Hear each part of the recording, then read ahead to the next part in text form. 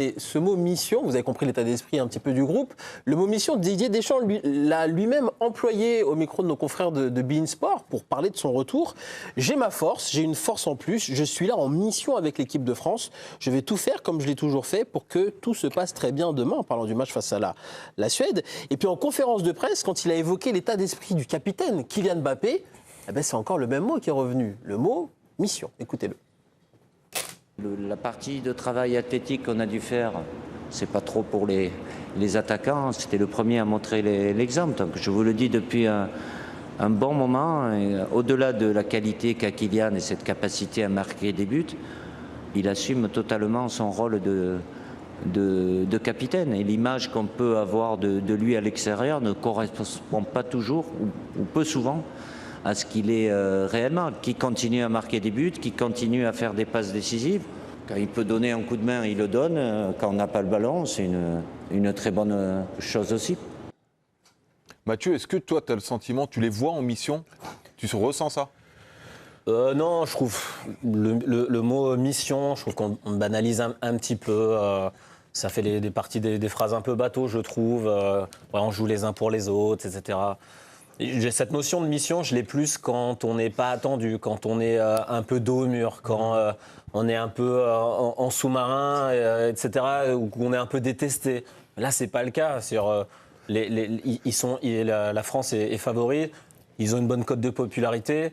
Ils ont un objectif commun, comme peut l'avoir le Maroc, comme toutes les équipes. Ils sont dans leur compétition autour d'un objectif commun. Dire qu'ils sont en mission, je trouve que le mot, la notion est un peu trop forte et revient un peu trop souvent. Et je trouve on la banalise, on la banalise un peu trop, quoi. Ouais, c'est marrant. Moi, je trouve qu'ils sont en mission, mais c'est pas forcément. Je trouve que c'est dans le comportement sur le terrain, dans l'implication, dans le sérieux, alors même s'il y a des absences de temps en temps, dans la généralité de leur performance. Je trouve que je les trouve à fond et bien et préparés. Et tu sens que voilà, il faut gagner absolument. Ouais, quand tu dis mission, du coup, ça évoque un changement par rapport à avant. Non, pas forcément. Bah si, parce que tu vas pas vois l'ambition. Tu vas pas être en une mission, c'est quelque chose de court, c'est quelque chose d'éphémère. T'es pas en mission sur toute ta vie. Oui, mais là, donc du coup, est-ce que tu trouves qu'il y a un vrai changement de comportement sur ce qui se faisait sur les derniers mois? Coupe du Monde, c'est éphémère. Pour la Coupe du Monde, moi, si je compare avec un Kylian Mbappé d'avant, pour moi, il est complètement en mission. Là, c'est un vrai changement par rapport au comportement. On parle collectivement. On parle pas c'est la même chose pour moi. Par rapport aux performances de l'équipe de France, moi, je trouve qu'ils sont partis sur les chapeaux de roue et que je les vois pas. Alors, je serais très déçu qu'ils soient pas champions du monde parce que je vois pas quelle équipe peut te poser plus de problèmes. Alors, ça ne veut pas dire que ce sera facile, évidemment, mais pour moi, l'équipe de France est vraiment au-dessus et elle doit aller chercher cette Coupe du Monde. C'est une forme de quête là, dans laquelle ils sont et je pense qu'il y a une quête d'accomplissement. On connaît cette génération, on sait à quel point elle est talentueuse. Je pense que pour les recentrer, c'est intéressant d'utiliser mon mission. Moi, j'aime bien le fait qu'ils l'utilisent. Est-ce que tu penses qu'ils ont besoin d'être en mission pour arriver à ça? En fait, ce que j'aime bien, c'est que c'est un vocabulaire, c'est un champ lexical. Le fait d'utiliser mission, il y a tout un rapport qui va avec la patrie, avec quelque chose presque de militaire. Et donc, on devient une émission de dictionnaire, j'adore. Vas-y, mais c'est très bien, t'as raison, Héloïse. Non, c'est très bien. C'est vrai. En fait, il y a une notion très patriotique, il y a une notion très discipline aussi, qui est de rien mettre au hasard. C'est-à-dire que quand tu es en mission, tu es impliqué. Et l'implication, je pense que c'est vraiment un des mots les plus déterminants pour être champion. Je trouve qu'on galvaude quand même un peu ça. Des fois, tu vois, en fin de championnat, il reste 10 matchs. Ils se disent, bon, ça y est, on est en mission, c'est 10 finales, etc. Non, mais là, je trouve juste que on le banalise un peu trop. C'est une mission, pour moi, c'est quelque chose où tu es vraiment dos au mur, il te reste. C'est très court, pas aussi long, en fait. En fait, là où je te comprends pas, c'est qu'il y a un storytelling de fou depuis le début. Il y a ce qui s'est passé pour Dédé. Il y a la revanche aussi contre l'Argentine, parce que la douleur, elle est encore là. Et je pense que ça fait partie des trucs pour symboliser. Mais pour symboliser justement le mot mission, il y a le contexte, le fait d'avoir le ballon d'or dans ton équipe. Il faut prouver des choses. Tu as des choses à prouver. Et partir, tout à l'heure, tu disais sur du long terme. Là, le mot quête, il est très bien. C'est-à-dire que ta mission, c'est d'aller au bout, coûte que coûte. Voilà. Et le comportement qui est mis sur la table par rapport à ces matchs-là, que ce soit Sénégal, l'Irak ou la Norvège, ou ce qui va se passer ce soir avec la Suède, en fait, moi, j'ai zéro doute sur l'attitude. Et le mot employé sur mission, il y a plein de choses, en fait, tu le fais pour prouver de plein de manières possibles. Moi, je trouve juste que je vois pas un changement de fou en disant, tu vois, Là, ok, d'accord, ils se sont transcendés sur ça. Mais dans ta mission, tu as un objectif.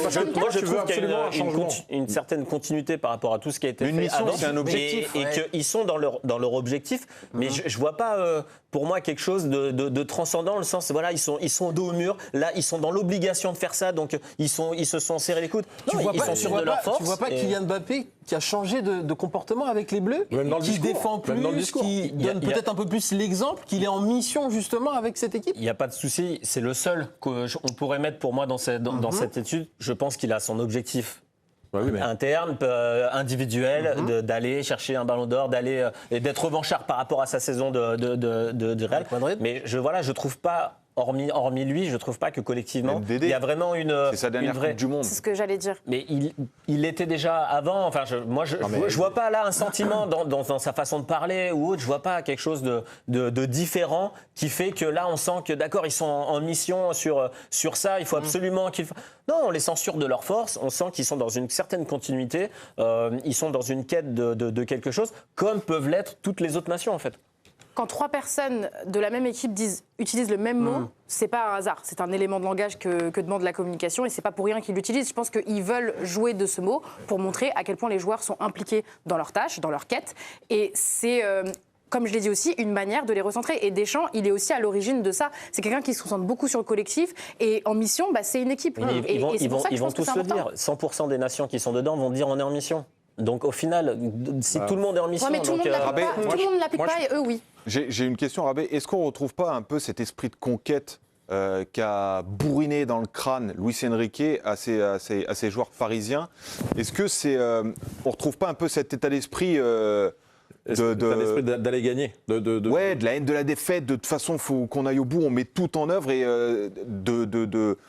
d'essayer de performer coûte que coûte, quoi, et de mettre les ingrédients qu'il faut pour... Enfin, moi, ça me fait penser un peu l'état d'esprit, la façon dont ils en parlent, de ce que Luis Enrique a inculqué un peu à Dembélé, tu vois, son changement de visage quand il est sur un terrain. Dembélé fait partie des joueurs qui ont changé aussi, hein, là, sur cette Coupe du Monde où là, tu parlais d'Mbappé. tu trouves qu'il change Non, son mais comportement d'avant? Par rapport à son importance en équipe de France, je trouve que moi, il est plus là, sur l'efficacité, il te montre des choses. Moi, je trouve que le changement, et là où vraiment tu as changé la mission, c'est sur les 2 matchs de préparation avant la Coupe du Monde, où là, je me suis dit, j'ai pas l'impression de voir l'équipe de France jouer ce que tu as l'habitude de voir. Ouais, donc maintenant, on est sur une mission qui dure de plusieurs mois, donc ça confirme ce que je dis. Non, mais on est sur une mission avant, on était à compétition, maintenant on vient à mars. On va revenir après quoi à novembre. Il n'y a rien qui dit qu'une mission là, je te parle d'avant la Coupe du Monde.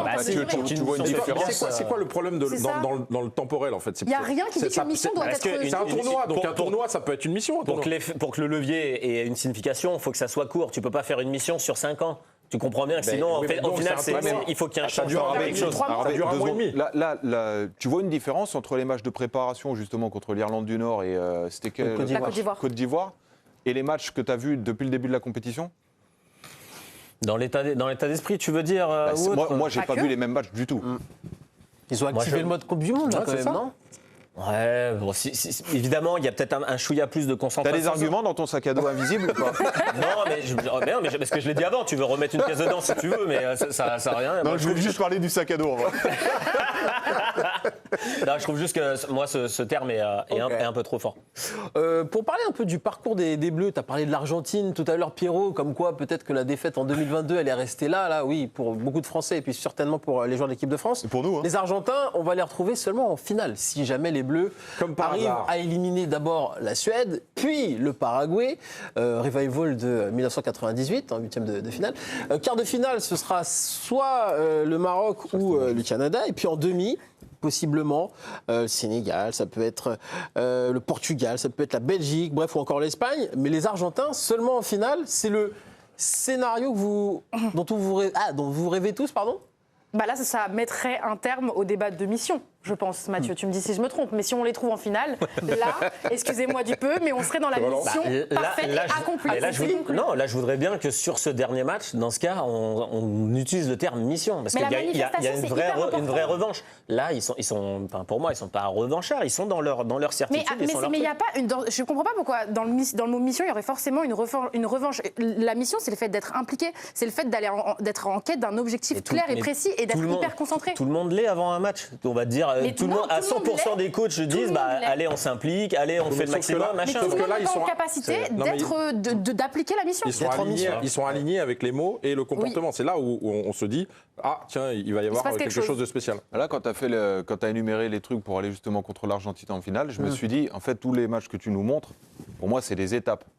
C'est-à-dire que ta mission, ton objectif, exactement, ta mission principale et ton objectif, c'est d'aller en finale contre l'Argentine pour justement remettre un petit peu les pendules à l'heure. Mais ces matchs-là que tu m'as montré, je me suis dit, ok, donc là, on va passer ça, faut qu'on passe ça, faut qu'on passe ça. Tu vois, tu le sens comme une fiche de lecture, quoi. C'est voilà les étapes à passer. Moi, la fiche de lecture Espagne, elle me fait flipper. Espagne, franchement, non. Ça me fait peur. Non, franchement. Attention, c'est pas sûr qu'ils arrivent là. Ouais, déjà. Qu'est-ce qu'il y a, Eric? Non, mais tu vois, là, sur la présentation, sur un parcours comme ça, j'ai l'impression de retrouver le PSG où tu dois aller jusqu'en finale pour aller. Non, mais c'est vrai. Où tu dois enchaîner toutes les grosses équipes et tout ça. Donc peut-être que de ce côté-là, ça va être intéressant d'avoir les joueurs. Ça rend le parcours plus valorisant quand même. Bah évidemment, c'est toujours mieux quand tu sais que tu mérites totalement d'être en finale et que t'es pas passé par la petite porte. Oui, là, clairement, en voyant ça, tu mérites toujours d'être en finale. Les Argentins, ils s'en foutent. À partir du moment où tu arrives en finale. là. Parce que J'ai dit un truc. Les grands. Non, mais là, il dit les grands. On a Suède, Paraguay. On n'est pas sur. Non, mais pour l'instant, on n'est pas sur un historical time là. Mais pour toi, le Brésil, c'est nul aussi. C'était quoi aussi? L'Angleterre, c'est nul aussi. Donc en fait, dans le groupe, t'es ennuyant aussi, toi, là. il n'y a rien qui t'enthousiasme. Je comprends pas. Tu me dis juste, c'est valorisant quand tu vois que tu as battu les meilleurs. Là, tu peux pas me dire que c'est la Suède, Paraguay, peut-être Canada ou. Attends, on est bien d'accord que tu disais qu'il fallait mieux finir deuxième. La dernière fois, tu disais bien qu'il fallait mieux finir deuxième parce que les équipes de l'autre groupe étaient plus faciles. Et là, tu me dis que finalement, il n'y a rien de... Oui, non, je suis d'accord, mais ça n'enlève rien. Regarde, au final, l'Allemagne s'est fait battre, et au final, tu vas avoir Suède, peut-être après Paraguay, après, c'est Maroc-Canada, tu me dis pas que... Je pense déjà quart et demi. Mais je suis désolée, mais quand on parlait de l'Angleterre, du Brésil, franchement, je pense que c'est plus valeureux de passer avec ces équipes. l'Argentine. On ne sait pas ça, on verra. Quand même. On verra, mon Rico. Juste après la pub, on verra les images de cette Allemagne-Paraguay ou encore des Pays-Bas face au Maroc. On parlera aussi un peu de tennis, de Yannick Sinner qui a galéré pour son entrée en lice à Wimbledon, et puis d'une tenue d'une japonaise qui nous a particulièrement hypé dans ce Wimbledon. On en reparlera juste après. Hypé. Il est 12h11, on se retrouve dans quelques instants après la pause. À tout de suite.